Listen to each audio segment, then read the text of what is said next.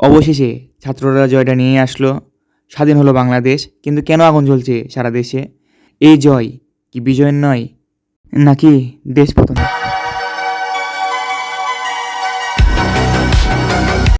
হ্যাঁ, ছাত্ররা পেরেছে, আমাদের দেশটা নতুন করে স্বাধীনতা করে তুলেছে। আর এই স্বাধীনতায় মেতেছে পুরো বাংলাদেশ। কিন্তু কিভাবে হয় আমাদের এই দেশ স্বাধীন, যেখানে স্বাধীনতা দিবসের উদযাপন না করে তার 1 ঘন্টা পরেই পুড়িয়ে দেওয়া হচ্ছে নানা স্থান, নানা বিল্ডিং, আর মানুষরা তো হইহল্লা করছেই, আগুন লাগিয়ে দেওয়া হচ্ছে রাস্তাঘাটে। এটা কি ঠিক? এটাই কি চেয়েছিল ছাত্ররা? মিছিল করে উল্লাস করবে, স্বাভাবিক। বিজয় এনেছে ছাত্ররা, একটু তো হইহল্লাস হবেই। কিন্তু এরকমটা আশা করেনি।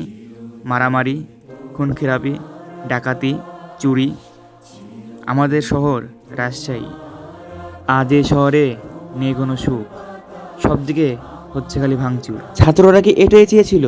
ছাত্ররা চেয়েছিল সুন্দর একটা দেশ, যে দেশের মানুষ তাদের কথা শুনবে, তাদের দাবি পূরণ করবে। কিন্তু এ দেশের মানুষ 1 ঘন্টা না হতেই সব করে দিয়েছে ভাঙচুর। তারা কেমন পাপী, মসজিদ, মন্দির, গির্জা সব কিছু করে দিচ্ছে ভাঙচুর। বড়ই অদ্ভুত।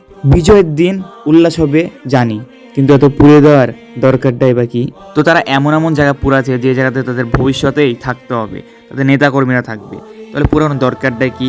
তো এত কিছু বলতে যাচ্ছি না, শুধু আপনাদের কাছে, আমার রাজশাহীর ভাই বোনদের কাছে একটাই অনুরোধ, বা দেশের ভাই বোনদের কাছে একটাই অনুরোধ, আপনারা দয়া করে সুষ্ঠুভাবে দেশটাকে চালিয়ে নিয়ে যান, আর এই বাংলাদেশকে ভালোবাসুন। আমার বাংলা, তোমার বাংলা।